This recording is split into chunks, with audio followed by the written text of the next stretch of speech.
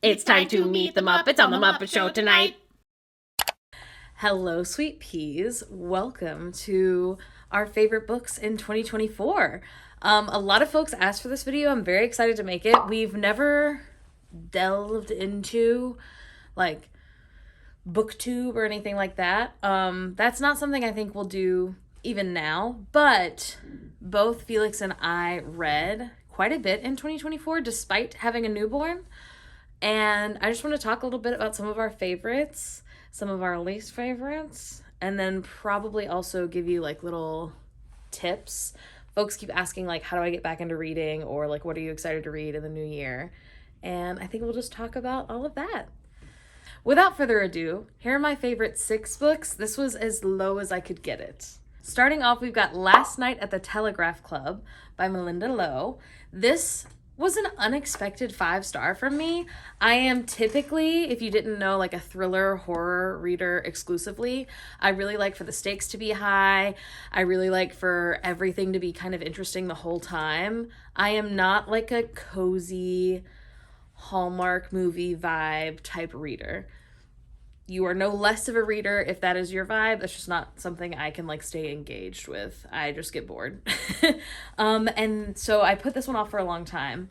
But I'm so excited that I read it. I gave it 5 stars. It was so good.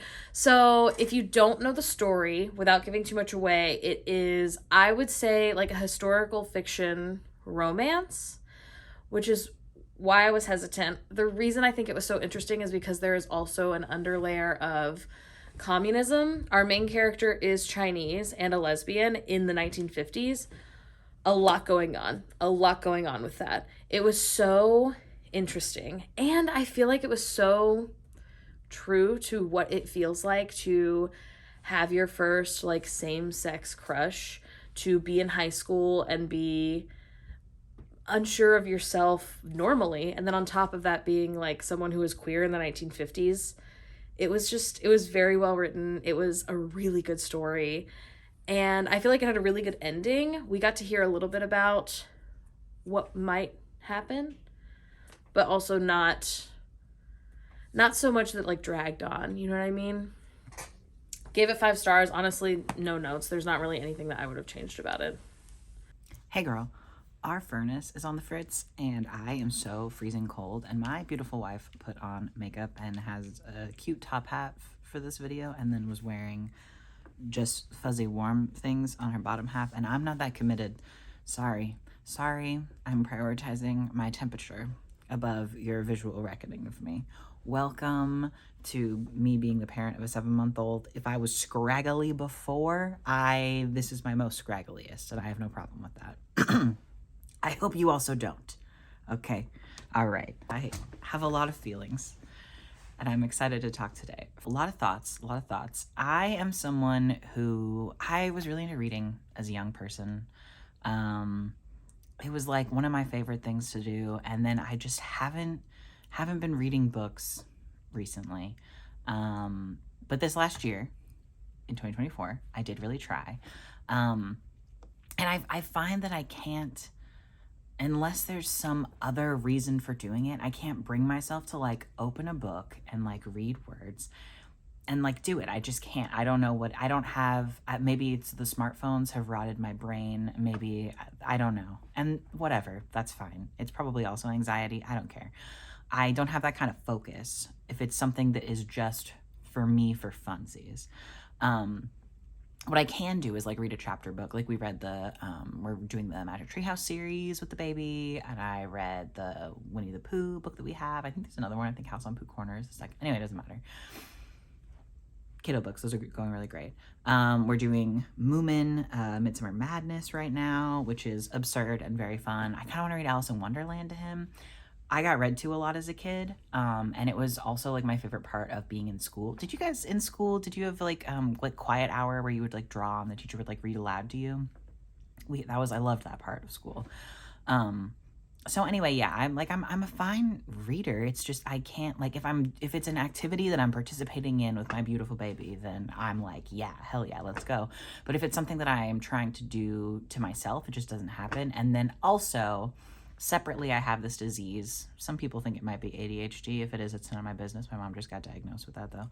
Or if I'm trying to go to bed, it's just like my own thoughts play and get louder and louder, and I cannot bring myself to stop thinking about every single thing that happened that day and like what I'm gonna do next and like what the purees that I need to make and like what we have in the freezer right now and like when am I gonna go shopping, and like it's just like constantly just a barrage of thoughts, never stops.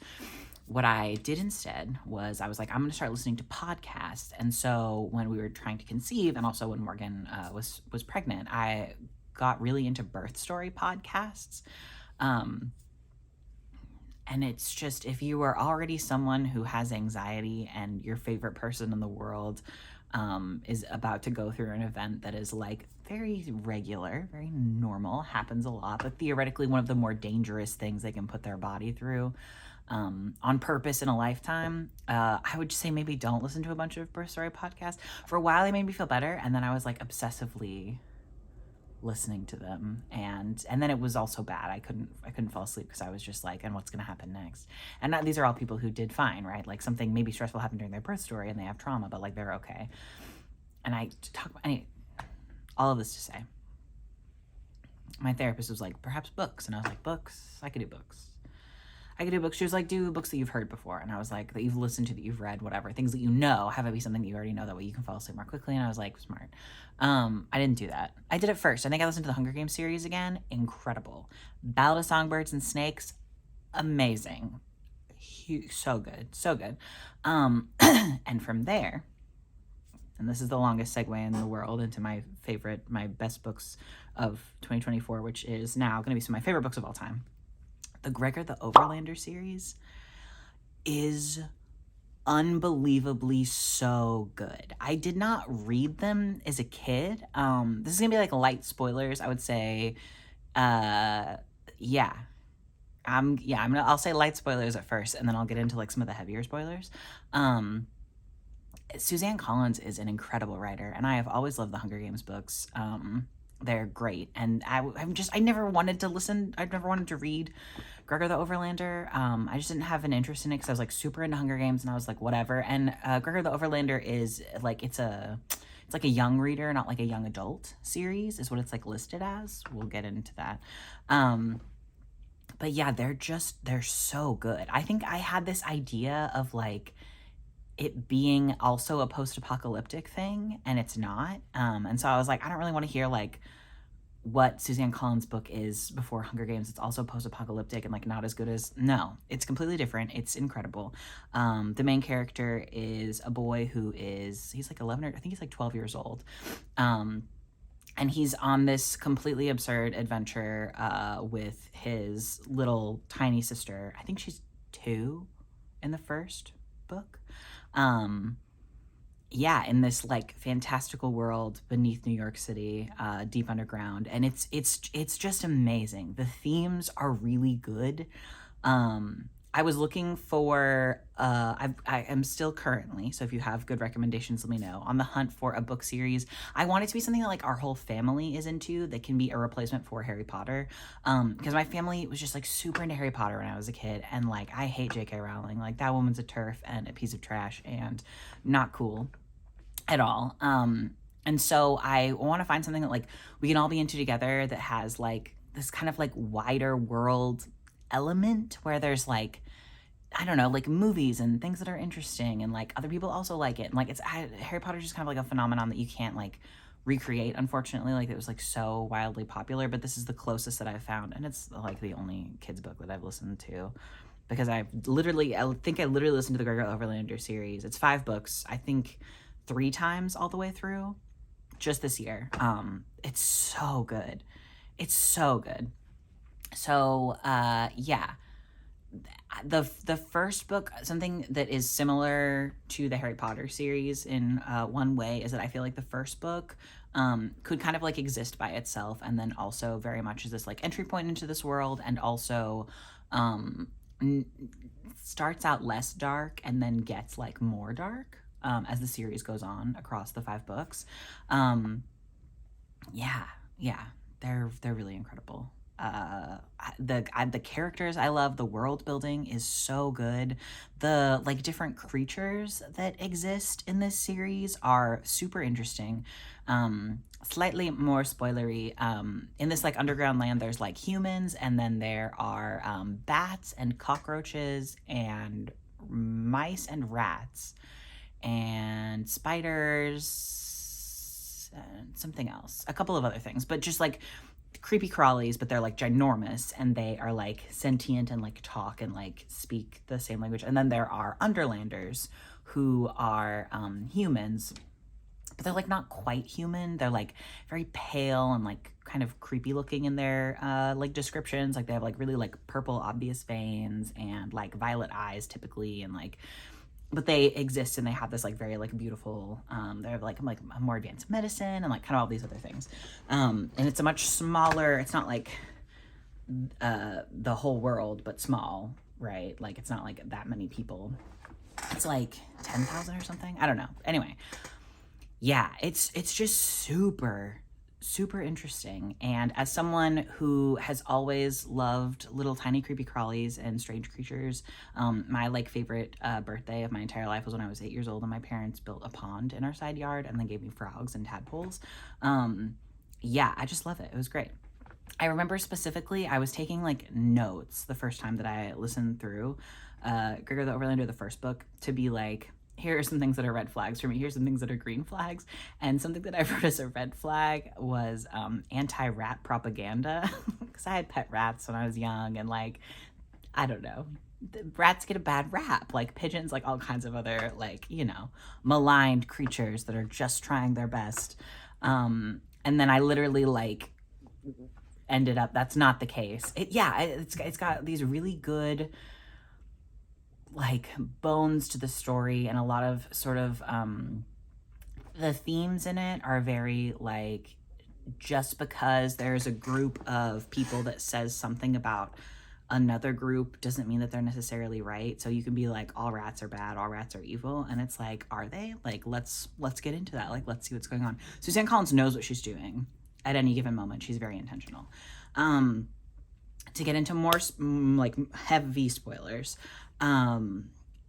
yeah, I can't remember if it's the second or the third book, but the stakes keep on getting raised higher and higher.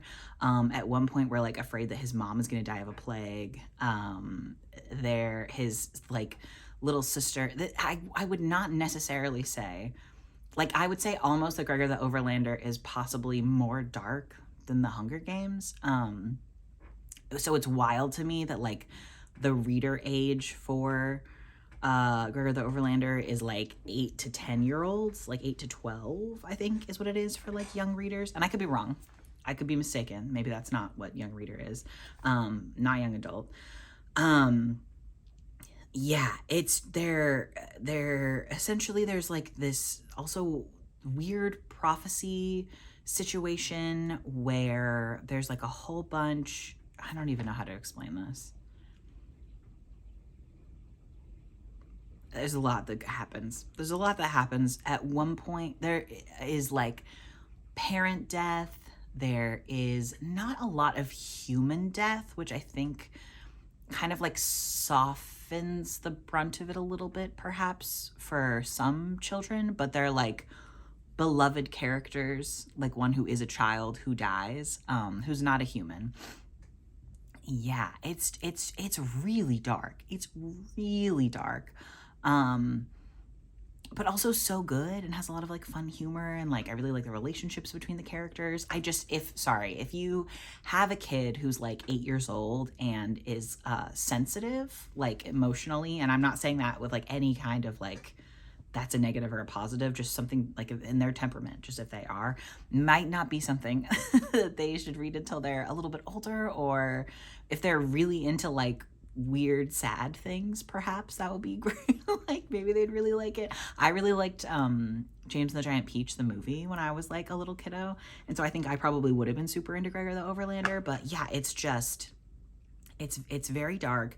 There's like a whole this like evil scary rat who was like prophesized to like take over and possibly be the end of like humans and like all of the underland except for like rats. They're all gonna take over, and so they're like going out of their way to like literally like commit genocide against the mice. And there is a scene where quite literally like our main character and his friends are like watching as there's like this like volcano pit situation, and these mice are like stuck in the bottom of this pit, and like the volcano fumes, like the carbon dioxide, whatever it is, like kills like a shit ton of mice all at one time, some of which were like friends of the people who are like onlookers to this like atrocity. Like it's a lot.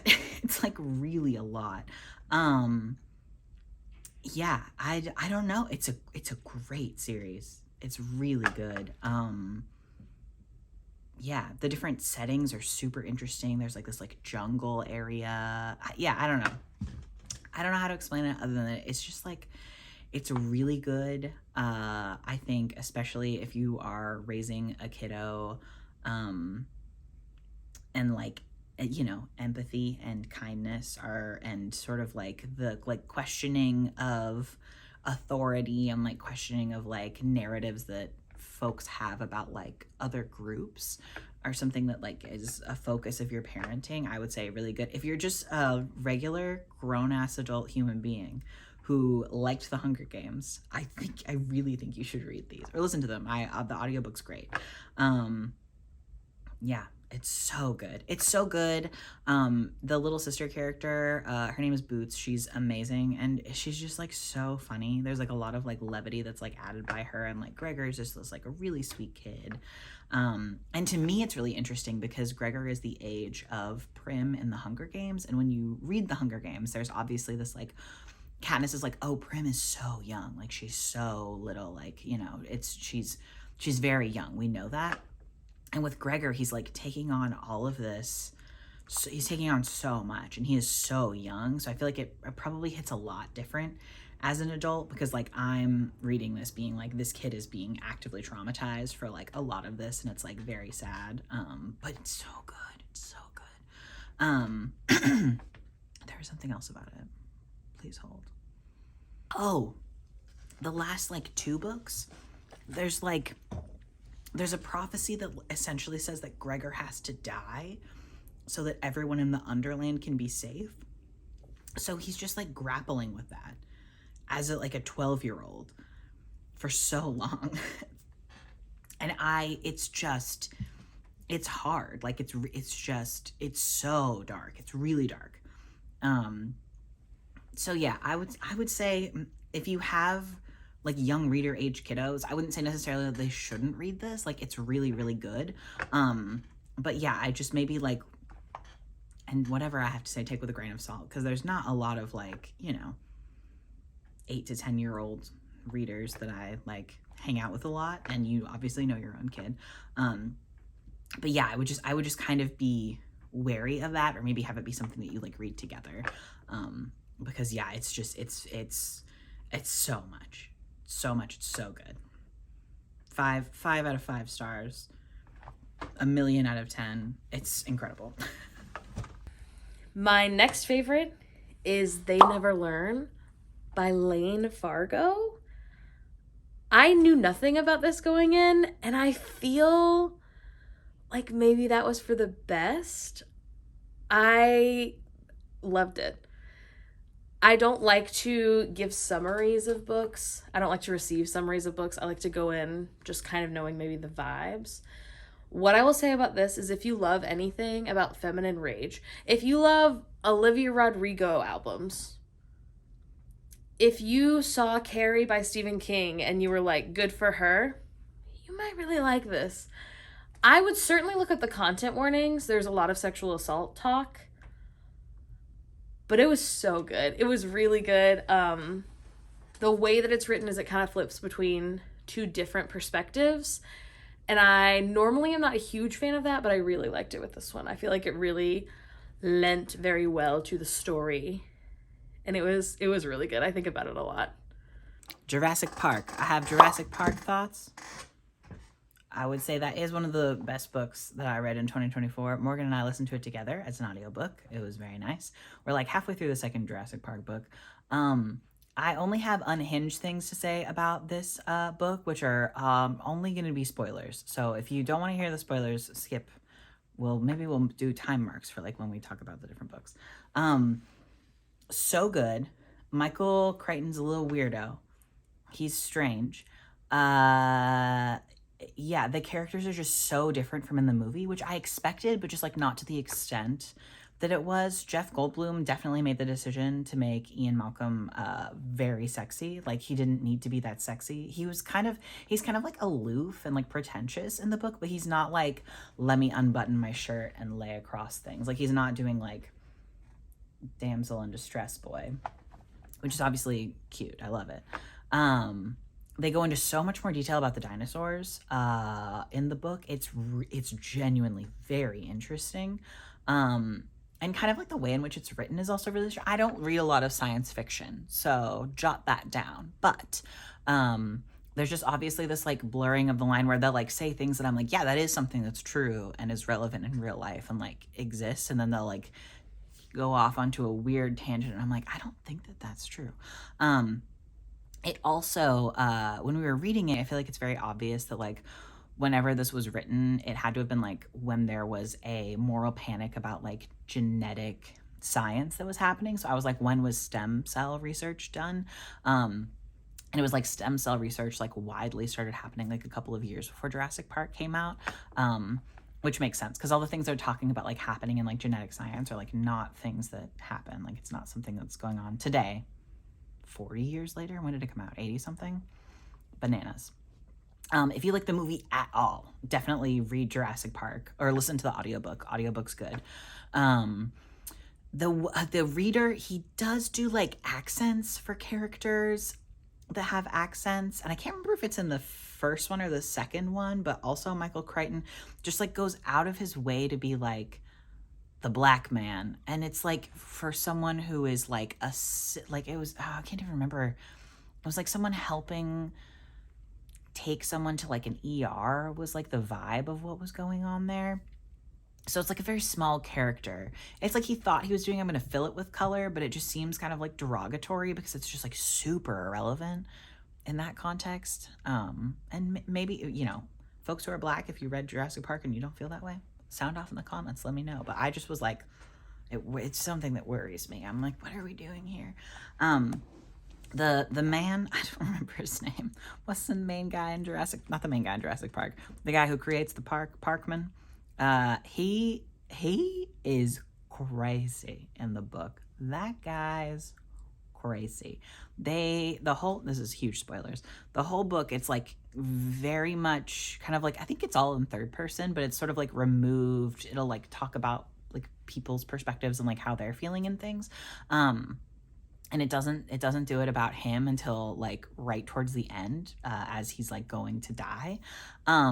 And it's like literally him being like, yeah, like I invited my stupid fucking grandkids that I hate here so that I can't even remember why he wanted them to be there. He just sucks. Like, he's literally so hateful, such a jerk, clearly just trying to make money. Not like kind of that like happy, jolly Walt Disney-esque character that we get in the movies. Like, very like that guy loves his grandkids, and like this guy does not love his grandkids. He literally is like, fuck them, those guys suck. And it's like, girl, really, girl? Okay, all right. Weird. He dies incredibly, very dramatic death scene, really good. And then also, again, huge spoilers, Ian Malcolm dies. Ian Malcolm, Jeff Goldblum, dies at the end of Jurassic Park, and then is like the main character of Lost World, which is Jurassic Park 2. Weird. Such weird behavior. Which, like, I know that, like, Sherlock Holmes did that, where he, like, I guess spoilers for Sherlock Holmes. I haven't read it, but he, like, falls off a cliff or something, and then, like, he comes back, and you're like, oh my god, he's, like, invincible or whatever. Same with Ian Malcolm. And then in the second one, they talk in a super weird way about him having like mobility needs now. Feels very ableist in like the way that it's written. Strange. Yeah, really like Jurassic Park. That one I'd say like 4.5 stars because of some of the weird things, but really good otherwise. Super interesting. Love dinosaurs. Big fan of the dinosaurs. Next, I loved None of This Is True by Lisa Jewell. This was like a very classic suburban mom thriller. And yet, I do feel like there was something kind of special about it. I think about it kind of a lot. And I really liked it. If you in the past have been a fan of things like The Woman in the Window, Gone Girl, like those really like everything is happening all the time, kind of like suburban mom thrillers, you would really like this. Big fan. I think I only waited a few weeks at the library for it. Not too bad. Obviously, it depends on your library and how many like copies they have, but I really enjoyed it. I think I gave it 5 stars. I either gave it 5 stars or maybe 4.5. This one I read on Kindle. What I will say specifically is that I have heard that the audiobook for this one is kind of recorded as like a podcast, but like not in like a cheesy way. Like people who listen to the audiobook said that they read it, a lot of them read it normally the first time and then they went back and listened to the audiobook and it's like a completely different experience. So I might listen to the audiobook in the future if I can get it from the library. But I really liked it. Even not listening to the fancy schmancy audiobook, I thought it was really, really good. I read other books this year, but mostly what I read was the Gregor the Overlander series and then the Graceling Realm series. Really excellent. I read Graceling, it came out in like 2008.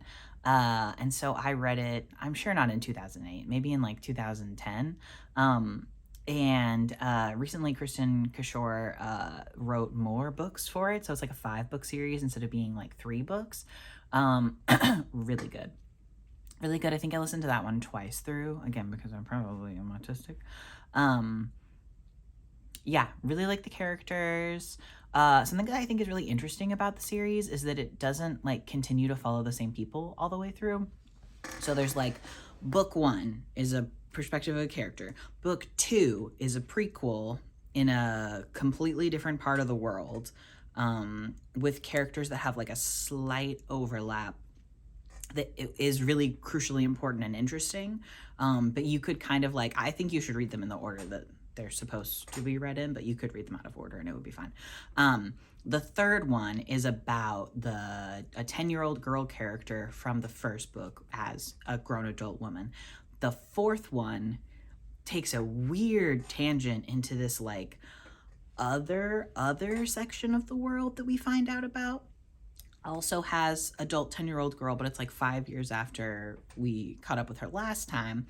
And then also was written from like multiple different perspectives, including like a really interesting like under the sea monster, and like it was always just like a single human perspective before, and then we start throwing in these like telepathic foxes. Weird. I got like 2/3 of the way before that one before I was like, okay, I am on board with this. This is very interesting and I'm here for it. And then the 5th one is from the perspective of like a secondary character from book 3 and 4. They're really good. Big fan. I'm not like a book talk girly. I'm not like, so I don't know.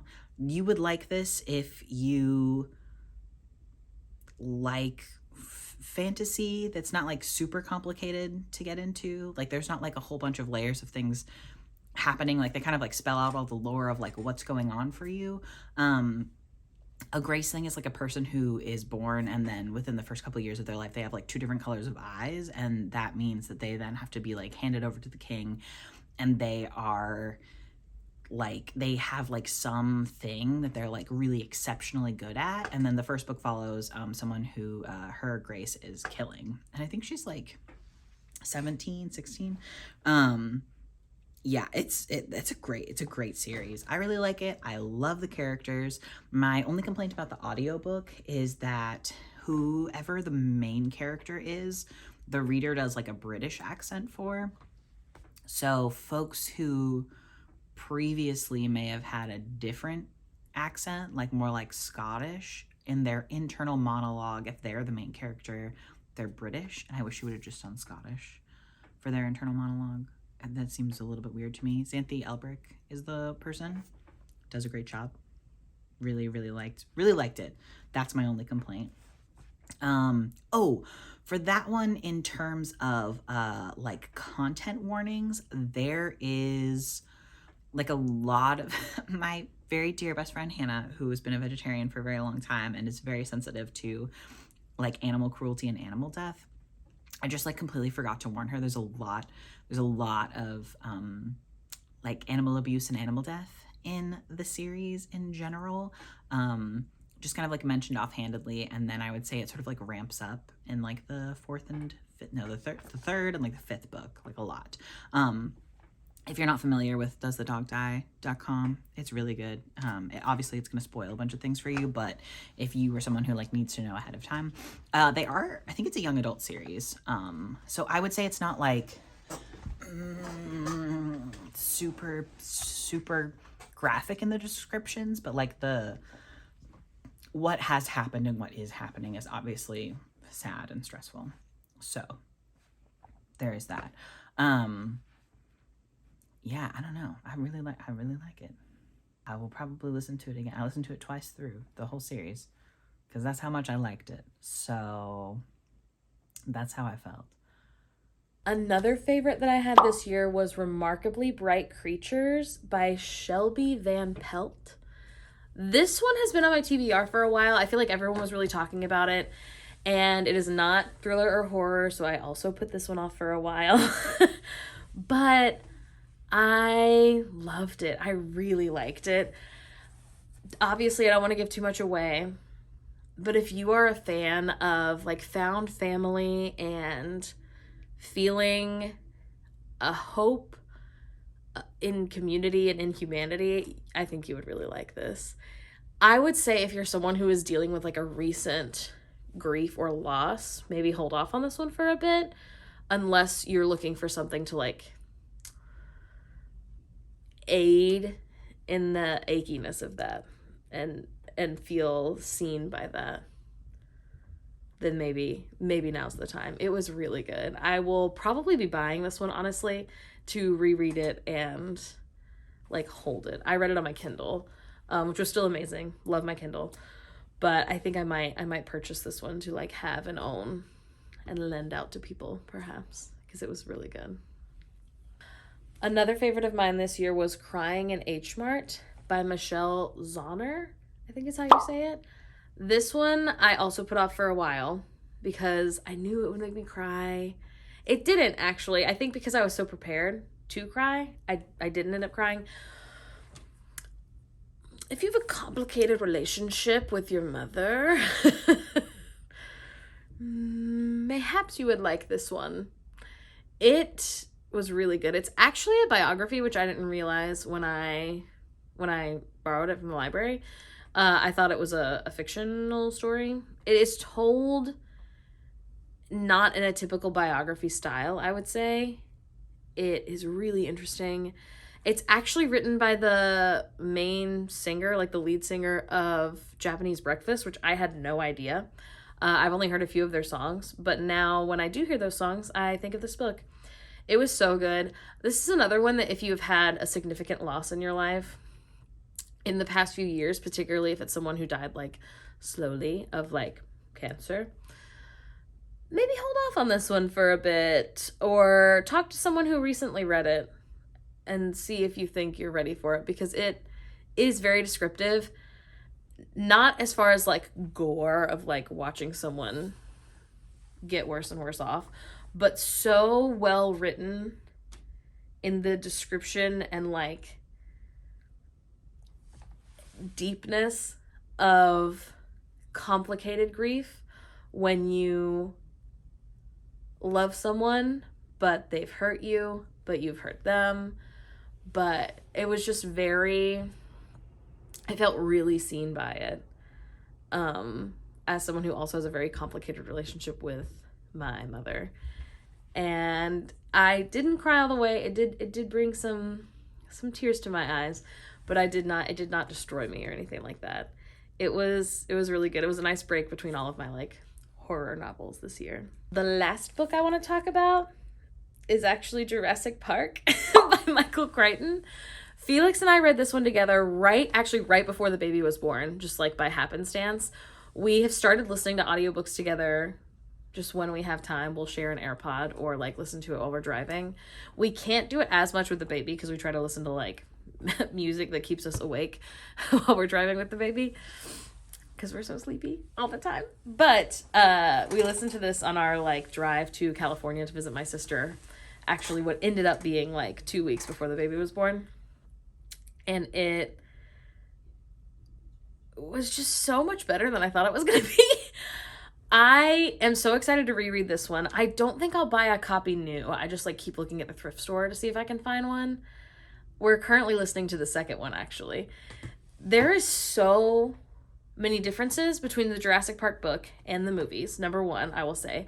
Number two, it is very clear in the way that it's written that it was written at a time when like genetic testing was brand new and like genetic sciences were brand new, because they do so much like yapping about how like we don't really know like all of the possibilities with like all these genetic tests, and like they're gonna make a bug that kills everyone in the world. And don't get me wrong, obviously it's a little scary with like the technology advances that we've seen in the 2020s, right? But also it's like so funny. It's kind of like when you're a young millennial like I am and you hear people talking about Y2K and you're like, how is that even real? How was anyone concerned about this? But people who lived through it and had like big jobs during Y2K, it was like very scary and like very stressful. It's similar to that. Like from here in the future, you're like, I can't believe everyone's clearly so freaked out about this thing that's like very normal now. So there's that element. It's also just like, it was genuinely very well written. There's a couple of things that make it very clear it was written in the 90s, like a little bit of fat phobia, classic. I don't remember anything else really like major. Really just the fat phobia sticking out. It's also definitely a white guy who is the narrator, and he definitely does some accents for the folks who live in like Costa Rica. So, you know, it's not perfect, but it was really good. If you at all liked the movies, I honestly think you should borrow it from the library and read it. It was good. I think I gave it 4 or 5 stars. I probably should have written it down in my notes, but I really liked it. I'm liking the second one so far. It is so bananas how different it is from the movies. I honestly feel like you should watch the movie to like remember everything that you can, then read the book and then watch the movie again. Because yeah, it's just really interesting. Big fan of it. Really like reading the second one right now. It's really interesting that actually I think only one thriller horror book ended up on here. I guess actually kind of Jurassic Park is kind of a thriller horror book. But those are my favorite 6. I am typically, like I said, a thriller horror reader, but a lot of them fell short this year. Not short. I didn't like, most of the books I read were like 3s and 4s. I tried to only include ones that I like either were 5 stars or really close, because you don't want to hear me yap for like 4 hours about every single book that I read. Maybe you do. If you do, follow me on Goodreads. I'm on Goodreads, I'm on Storygraph, I'm on Bookworm. I don't friend people I don't know in real life on Goodreads because I really like the social media type aspect of it. I really like to see what my friends are reading.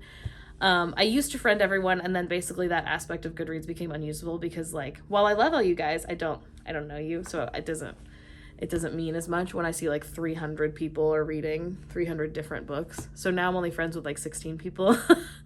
But you can follow me. It's just like Twitter or anything else. Twitter, it's dead. Instagram or anything else. You can follow me. You can see what I post on Goodreads. I do friend everyone on Storygraph because I feel like the social media aspect of that one isn't as developed, or maybe it's just not for me. So if you want to be my friend on there, you absolutely can, and then you can see everything I post on there as well. And Bookworm is new. It is probably my favorite because it's so easy to make a book club in Bookworm, and it's so easy to find I feel like it's so easy to find the things that you have saved versus other things.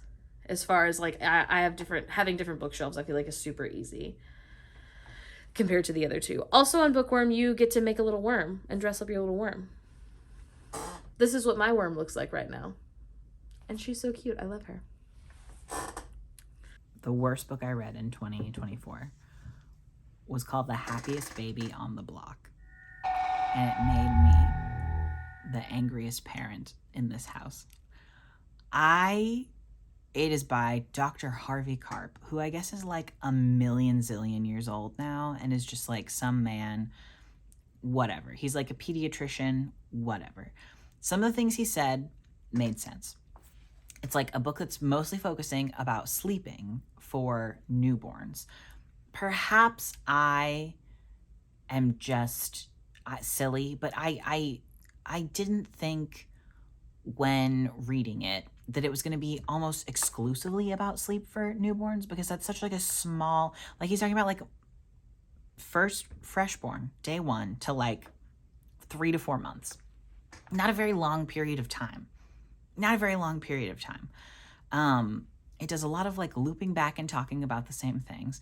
And his kind of like main points are like, you should use a sound machine for your baby, which I guess was like revolutionary the first time that this book came out because there's been a lot of updated versions of it. It's fine to like rock your baby. Like they actually like to be like vigorously jiggled.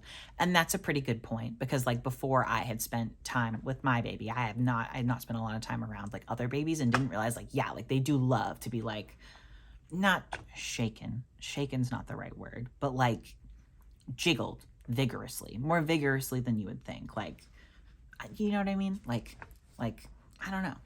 It does help them get to sleep for that to be happening. If Dr. Harvey Karp has no haters, I am dead. He gets some slack from me for having like a 12-year fertility journey with his wife. And that go off, King. That's hard. I can't imagine. He is the inventor of the snoo. If you are not in parenting spaces or if you're not aware what a snoo is, I'm looking at it right now because Morgan keeps on making fun of me and saying that it's not $1,600. It is $1,695 on the Happiest Baby website. This man in the book doesn't say snoo. He says like smart sleeper bassinet is what it keeps being called. And I was like, what is this guy talking about? He invented the snoo. I had not seen one until I read this book and was like, I need to be looking into this because what are you talking about? This man doesn't believe that it's safe for babies to roll onto their side or their stomach if they're able to. Everyone says, all doctors, all whoever, like the vast majority, except for perhaps this man, like you Google, like, is it fine for my baby to sleep on their side or their stomach if they rolled themselves into that position? The answer is yes. You're supposed to lay them down on their back always. You're not supposed to lay them down on their stomach. But if they roll onto their side or if they roll onto their stomach, it's like, it's fine. Like, that's okay for them to be there because they got themselves there, which means that they presumably have enough core and neck strength that if they ended up in trouble, they would wake themselves up and they would scream for you or cry or be upset.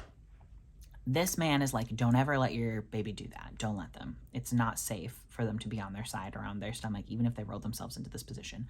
So his alternative to this is to put your baby in a straitjacket. And we swaddled, like, not to be a hater, like we did swaddle.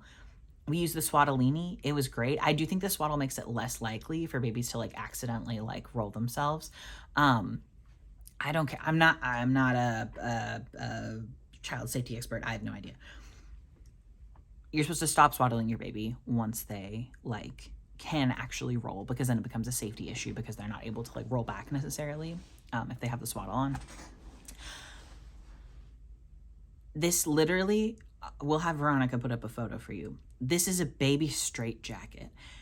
I also can't imagine, it's just a bassinet. It doesn't become a crib. This is $1,700.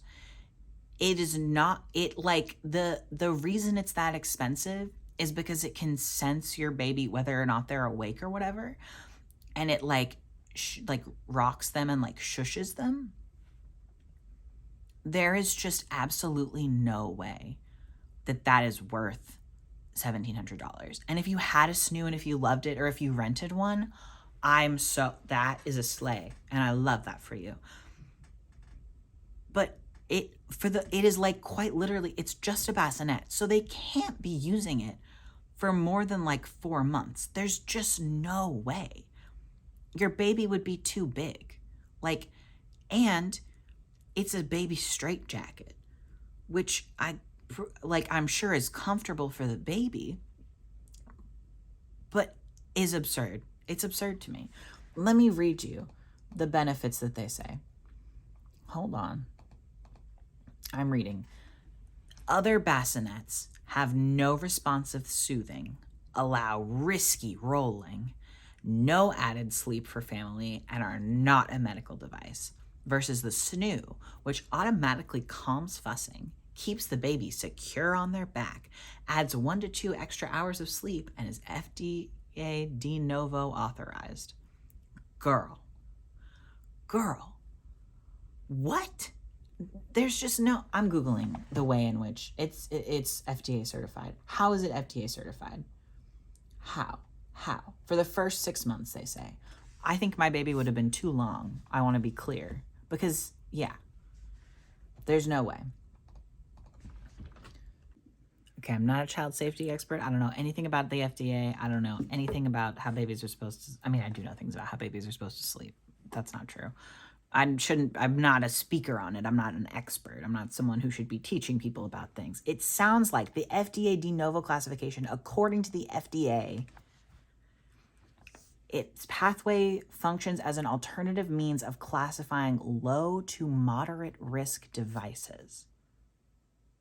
What on earth? So you're just saying like it's not a high risk? That's not feeling like a glowing review to me. If you're someone who knows about the FDA, tell us about de novo. But it uses a risk-based strategy for a new novel kind of medical device. So this is the first time that they've made a bassinet that also shakes and screams at your baby or whatever. And like go off, because I'm sure it's very helpful to people. So often in this gall darn book, they're like, either you could by the way, he says, rock your baby, shush at them, get them to sleep. I'm with you, Dr. Karp. I'm there. Then he goes, as you're putting your baby to bed, wake your baby up a little bit and then put them down so that they can self-soothe to sleep. Girl, who? And this was when I Googled, does Dr. Harvey Karp have children? And he does not. And that is not, but sir, absolutely not. Absolutely not. I'm not gently, if you've gently woken your baby up to put them in the bed, tell me. I know that there are some people who do sleep training that way. I'm a hater of this man. Maybe I'll eat my words. Maybe the snoo will reach out to us and be like, Felix, I really think you should try the snoo the next time you guys have a baby. And I'll be like, okay, go off. And then maybe it'll save my life. Maybe we'll be like, hell yeah, love the snoo. Big snoo fans. It's not right now, though. Snoo away, Jose. $1,700. That's bananas. That's truly bananas. And again, if you have one, you love it. I love that for you. I'm happy for you that you either had a friend who gave you one. When I talked about this on my Instagram story, people responded and were like, oh my God, I, had a friend who had one of these, and then they gave it to me when they were done, or they let me borrow it or whatever. And it did nothing. It did nothing because it's also, and for us, for our baby sleeping experience, it seems to me as if in general, babies like sleep harder in that kind of like first chunk of time unless they're colicky. If you have kind of like a vibey temperament baby, it seems like you really, because sleep patterns don't become established until like 4 months is what people say. So that's when you're supposed to start like really making sure that you have kind of like some sort of a schedule and some kind of like positive sleep associations, like that kind of thing. So the majority of babies, right, who are not colicky, don't need this, right? And for them to do this kind of like weird fear-mongery-esque, you need the $1,700 bassinet because you need to never let your baby roll onto their side or their stomach, and also you need to have them be wiggled to sleep. That seems goofy to me. To say they must be in our $1,700 baby straitjacket / sound machine. That is just seeming like a bit much to me, Dr. Harvey Karp. That's feeling like a lot. Oh, the other thing, I can't believe I forgot this. In this book, he just offhandedly is talking about things that are like good for you versus not good for you. Offhandedly talking about like, I don't know, things that would be better for baby sleep and other things that like aren't as important. Like that's kind of like the vibe. And he talks about what's it called? That fad diet that people did where they didn't cook any of their food. Paleontology diet, the Paleolithic diet. Paleo? It's paleo. Paleo? Was that all it was? Where they're like, we're going to eat like the cavemen. Do you think the cavemen had a $1,700 bassinet, Dr. Harvey Karp? Do you think that the cavemen were making a baby straitjacket out of leaves and a tub of water and a baby raft and screaming shh? I don't think so. For 1,700 caveman coins, I don't think that they were doing that. As far as I have heard about anthropology, that wasn't happening. So why on earth would you think? It's one of those logical fallacies that it's like the way things used to be are the way that things should be now also. And it's like, I don't think so. Because the way that things used to be, there wasn't indoor heating. Okay? Or plumbing. They were shitting in a hole in the ground. If you had diarrhea, they named it that, the start part of it, because you would die. That's what happened to you. So no, I don't think. And if you're eating paleo and you love it, I don't care. I so don't care. I think something that's important about how I feel, and I think how Morgan feels, and the baby doesn't have an opinion yet, is that like there are things that are like, truly don't give a shit about individual choices in regards to these kinds of things. I really don't care. I don't care what you're doing. Don't care what you're eating. Don't care what kind of bassinet you have. I don't give a shit. What I care about is the larger societal implication of people publishing books where like every single chapter is like, you really should be buying the $1,700 bassinet. And the reason people are buying this book is probably because they're very frustrated with their baby's lack of sleep and they're having a hard time. Like sleep deprived parents, like that's just like not cool to take that group of people and be like, what if we try to talk them into a bassinet, a baby straitjacket for $1,700? Absurd. Absurd. I'm a hater. I'm a hater of that man, and I'm not sorry, and I won't apologize. I rated it 2 stars on Goodreads, and so many people responded and were like, really? 2 stars even though you hate this man so much? And I'm like, he was right about the vigorous wiggling of the baby. They do like to be vigorously. Also, the writing was like fine. But anyway, yeah, some other people were saying it seems as if, because he is like super old, I don't know how old he is, but his like team who like runs SNOO and like runs Happy as Baby Inc. just essentially like rewrite the book every couple of years and add in more things about like the SNOO. So perhaps if you read Happy as Baby on the Block in like, 1990, whatever, maybe you were like, wow, this is a really good book and I'm gonna suggest it to other people. Please know that now there is a significant portion of it is an advertisement for the SNOO. which is so annoying to me. That's just so annoying. I don't think that's cool. Some sleep resources that I have liked is it's like called like Brand New Little People is a podcast that's really good. It's two girlies with accents that I thought were Australian, but I think actually might not be. And I also really like Parent Data with Emily Oster, which she doesn't talk a lot about sleep, but every once in a while. Yeah. And now I'm just afraid to read another parenting book because that one was so bad. So bad. Gah. Now for the worst books. I decided to only include 2 bad books because I really, like, sometimes I read a book and I'm like, you know what? I wasn't the core audience for this, but, like, it wasn't bad. These 2 books, I know I gave one, I think a 1.5 star. I think the other one I think I gave 2. They fell really short. And if you love these books, good for you. That is so fair. That is the beauty of being a book reader, is that there's an audience for everything, just about. I wasn't the audience for this one. And I also feel like a lot of people weren't. Let's go.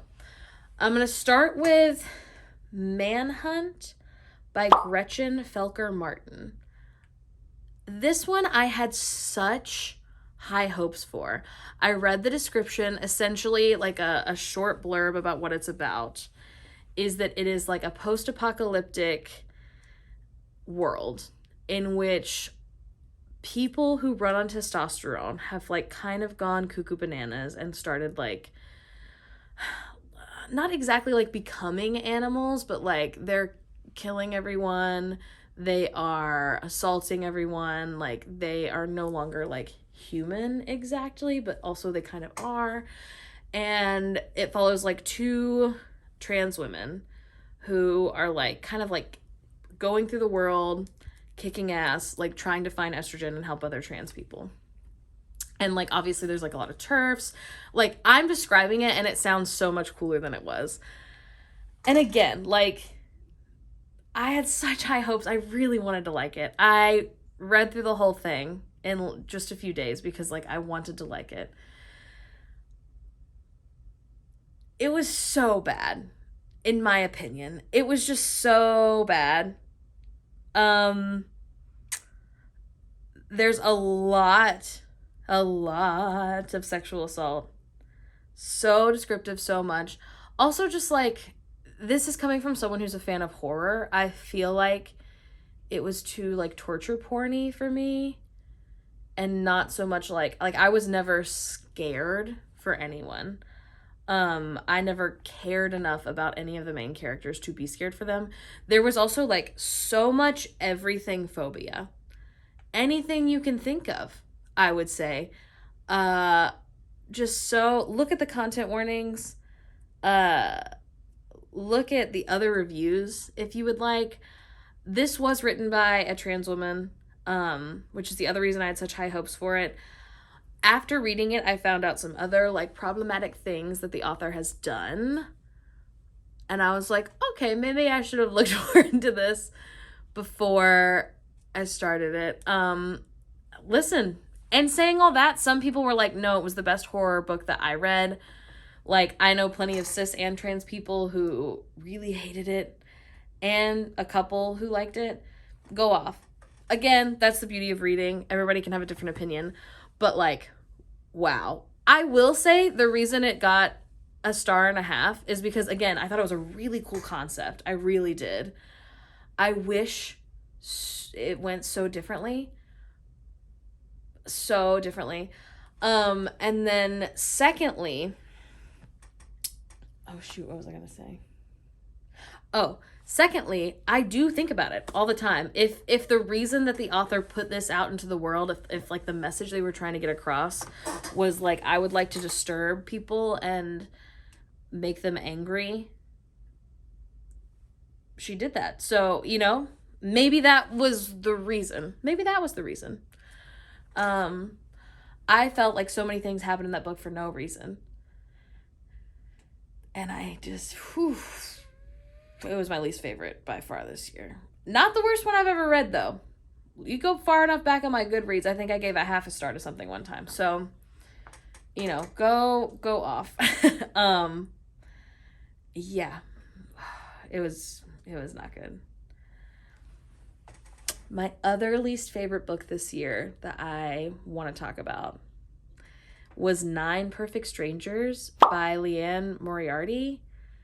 Here's the thing about Miss Moriarty. This is my first book of hers to read. So maybe I'm just not for her. She's not for me, I guess. Maybe I'm not for her. But I watched the Big Little Lies show, which was a Reese Witherspoon show, that did really well. I really liked the show. I'm excited to maybe read that one in the future. I'm taking some space from her right now, though. This book, the blurb of it, I would say, is like 9 people go to this like retreat in Australia to like try and better themselves. And then they like have so many things happen to them against their will. That's what I would say. It wasn't like super like sexual assault heavy or anything like that, but it was like if you have a problem, like not a problem, but if it, the content warnings I would give is like being drugged against your will and being like trapped. Again, this is another instance of me making it sound much more interesting than I feel like it was. This book, I feel like, how can you have like 11 main characters told from like that many people's perspectives, and I really didn't care about any of them. I didn't care about any of them. Maybe it's because like all of them were like rich and like unrelatable in my opinion, but I didn't care about any of them. The only thing I will say is that there is a family of 3 that loses one of the parents' kid, the sister's brother. They lose like a member of their family, not in the book, but like beforehand. And very well written about grief. I'm realizing now this is a grief heavy list. Interesting.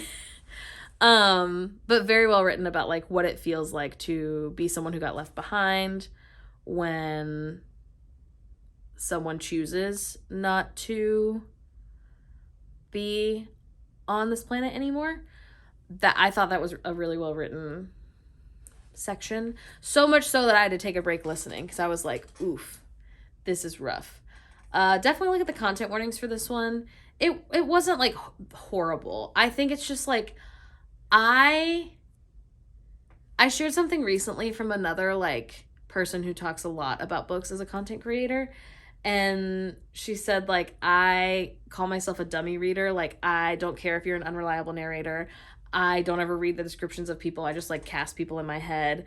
Like, I don't care if there's plot holes I didn't even notice. And that's me. I feel like my bar for, like, 5 stars or, like, even 3 or 4 stars is so low because I am strictly going on vibes. So, like, I genuinely love reading the Twilight books. I have a great time. As a 30-year-old woman with a 30-year-old brain, there's a lot of plot holes. The characters aren't that developed. It's definitely written for like a young adult audience, and therefore like I don't feel like a lot of the situations are very like complicated. Not that there's anything wrong with being like into reading young adult. I feel like obviously like you are still a reader and like, you know, it is its own genre. It's not less than. But I genuinely, like, I love it. But if I were judging Twilight from, like, an objective... Is that the word that I want? If I were judging Twilight on, like, a strict, like, is this a good piece of literature? Probably not, right? Like, there's a lot of plot holes, as I said. Yada, yada, yada. I'm not looking for all that when I'm reading. I'm just looking to have a good time. I'm seeing how did I feel? Was I surprised by any twists?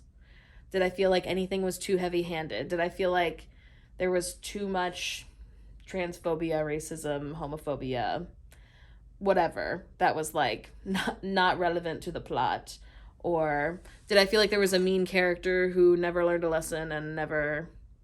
I don't know. Like, I want to leave a book maybe remembering it, but honestly just like being like, that was good. I had a good time. That's it. This one I was like, oh my God, come on. How is there still so much happening? How is there so much time left? I didn't care about anyone. I feel like if I have to Google like what happened at the end of at the end of your book, personally, I don't feel like it was good. You're losing a star on that for me, because I'm not looking to like further my brain when I'm reading. I'm looking to have a good time. Other people are trying to feel smart. That's not me. I'm looking to feel happy or sad or anything, scared. Not looking to feel confused. Not something I'm looking for in a book. So yeah, all that to say, I didn't feel like it was good. I posted that I didn't really like it, and a ton of people responded saying that there's a Hulu show, and the Hulu show was also really confusing and didn't do very well. So I feel vindicated. Thank you so much for watching, Sweet Peas. I love talking about books. As I said, you can follow me on Goodreads, Storygraph, Bookworm. Felix is on Goodreads. They don't post very often. They only made one so that I can know how many books they read. You're welcome to follow them, I'm sure, but again, don't expect a whole lot. Before we go, I do have a little bit of advice. Like I said, people are always asking, like, how did you get... Before we go, I do have a little bit of advice. Like I said, people are always asking, how did you get back into reading? Da-da-da-da-da. The biggest thing that I can say is I made myself. It wasn't easy to get back into reading. It wasn't like, oh, wow, an old friend. I, in 2022, wanted to read 1 book a month. I think I did that. I'm fairly certain. And it was hard that whole year. I really had to make myself, I would like turn off my phone. And every night before bed, I would like make myself like it was homework, read like 5 pages. And then I made it 10 pages. And then eventually it got to where I was like, oh, and like I noticed that I was sleeping better, because if you didn't know, scrolling on your phone until you get sleepy doesn't make you sleepy, because it wakes you up. So I did like start sleeping so much better by like reading before bed instead of scrolling. And then the second or third book, I don't even remember what I read that year, but eventually I got to one that was like giving me the kind of feeling I had when I was like 12 and 13 reading, right? Where I was like, what's going to happen? And I was starting to read like 30 pages, then 50 pages before bed. And anyway, and then eventually like it's just a habit, like a hobby that you have to start. And it's hard. I'm so tired of people being like, just do it. It's not that easy. But eventually you really do. You start to look forward to it. And then you're like, wow, like I have experienced all of these stories. It's really cool. I mean, reading's so cool. It really is. It really is. Something else I'll say, please utilize your library. Please utilize your library. There are a lot of libraries in different states where you don't have to necessarily live in that county, you just have to live in that state. And so you can get a digital library card if you have a Kindle or, a Kobo or any of those. With a Kindle specifically, which is what I have, love it. I have the Kindle Paperwhite. No need to buy the expensive one if you ask me. I love the Paperwhite so much. You can use Libby through your library, typically. And you can borrow books digitally. It's amazing. I've bought like maybe 2 books the entire time I've had my Kindle, which has been like almost 2 years now. Love it. Love it so much. Obsessed with my Kindle. I use the dyslexic font, so I end up doing most of my like physical reading on the Kindle. This was also the first year that I got into audiobooks after years and years and years of trying to be an audiobook girl and failing. My advice for that, listen to an audiobook of a book you've already read. That was it. I don't know why I didn't think to do that before. But that's what I did. I don't remember what it was now. Fourth Wing, maybe?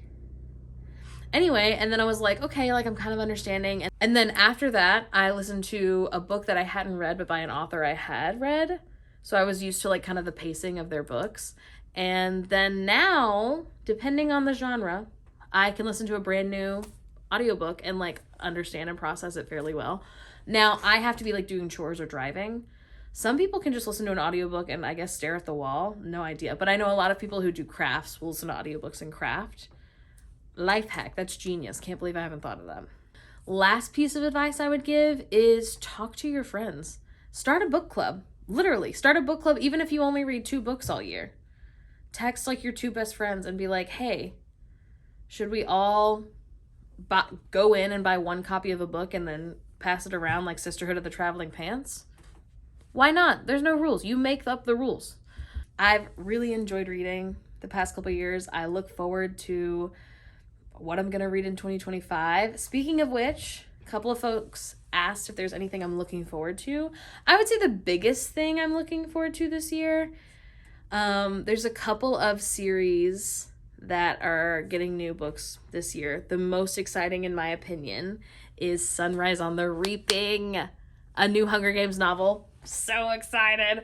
I didn't read the Hunger Games while it was like happening. I was in, I think, middle school, possibly high school, when it was like really gaining popularity. I didn't read it then. I was too into Twilight and too devoted to Twilight to possibly even think about giving my time to another book series. But I read them all for the first time, either in 2022 or possibly last year in 2023. I guess 2 years ago now, 2023. And loved them. I cannot believe I didn't read them before. They are so interesting. They're so well written. They are heartbreaking. I loved them. I think they are particularly an interesting read now, while I feel like the greater US, the greater, like, people who I wouldn't anticipate having conversations before are now having conversations about things like capitalism and billionaires and ethical consumption. And I think Hunger Games actually, and Jurassic Park both have a lot to say about those topics. And yeah, I'm just really excited to see what else we can learn about this world. I hope, my dream would be if we got gained enough popularity on one of these apps to be invited to the premiere of the movie. Not necessarily in like LA, but like, you know, maybe a smaller one. Because I am so excited. Felix has been like a super Hunger Games fan. I bet that's exactly, if I were betting, I would say that's exactly what they're gonna say they're most excited about this year.